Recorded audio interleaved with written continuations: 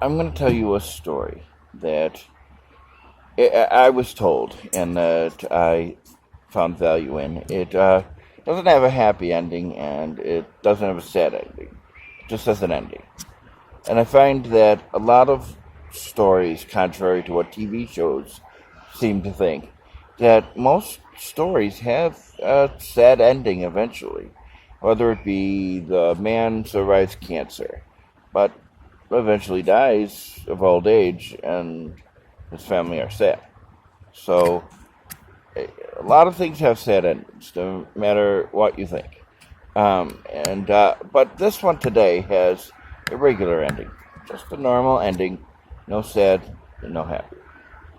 So John, he was in high school when he met his girl, and he fell head over heels in love with her, and she was in love with him. They were both very intelligent people, and stayed together throughout high school.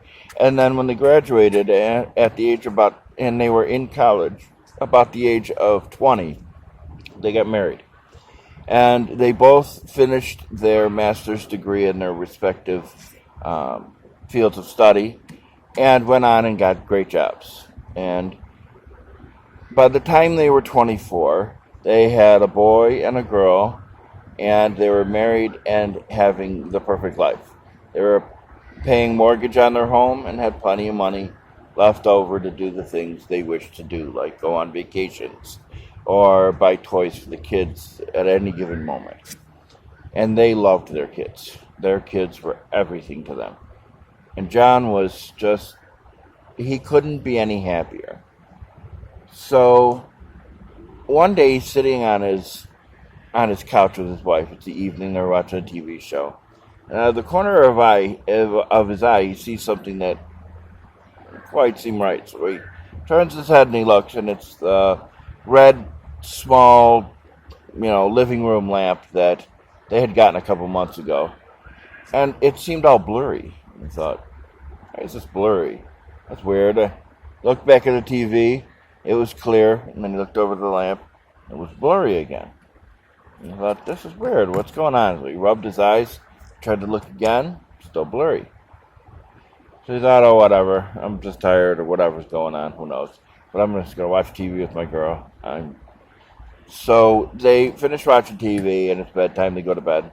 And in the morning, they both get up at the same time. But his wife, Mary, leaves before he does every day. So he had about an hour between leaving for his job and her leaving.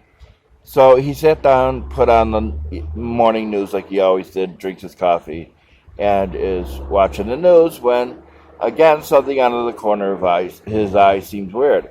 So he looks, and it's that same lamp, and it's still blurry. Except for now, it seems to be a little bigger than it should be, and blurry. Like, something's going on here. I might need to go to the doctor's. So he calls up his doctor right away, and he makes an appointment to go in to see him. Thinks maybe he's having problems with his eyes. And he makes the appointment. It's about 3 days away.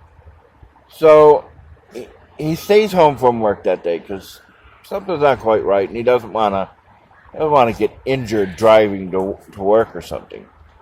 So his wife comes home, and he doesn't tell her about it. No need to worry her. It's probably nothing. So again, they watch their evening programs, and they go to bed.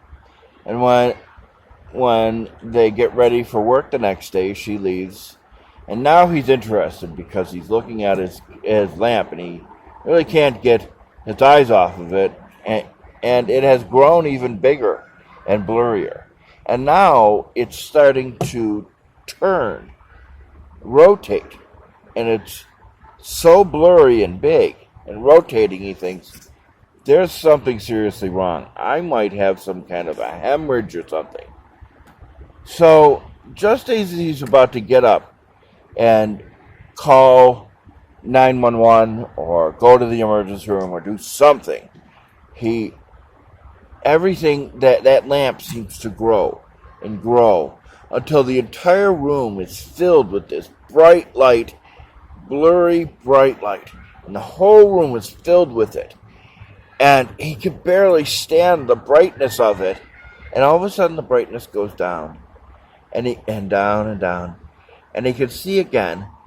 But now he's seeing something that doesn't make any sense whatsoever. He seems to be in a courtyard, and all around him is grass and paths, and a large building to the north. And he sees that there's two men standing over top of him, and he's laying on the ground. And his eyes are open now, and the men say, "Sir, you have been knocked out. We are EMTs, and we're going to take care of you. Don't worry." And he's like, "What is going on here? How did I end up here?" Meanwhile, the EMTs are taking care of him, and they put him on a stretcher, and they put him in an ambulance, and he's in this ambulance, and he's going, "How the hell did I get here?" And he turns to the paramedic, and he says, "What is going on? I was just in my living room." And the EMT says, "Sir, a large man attacked you while you were on campus. You have a severe concussion, but we're taking care of you. Don't worry." So over the next few hours and then days, he finds out that he's in college and that he had never met this woman that was his wife, and he had never had any of his kids or his job. He was back in college, and all of what had happened in his memory, in his life, was all happened in a short period of time that he laid unconscious on the floor after he was attacked and waking up with the EMTs around him. It took him a long time to get over it. He felt like he had lost his family that was real, very real to him. But through counseling, he ended up being okay.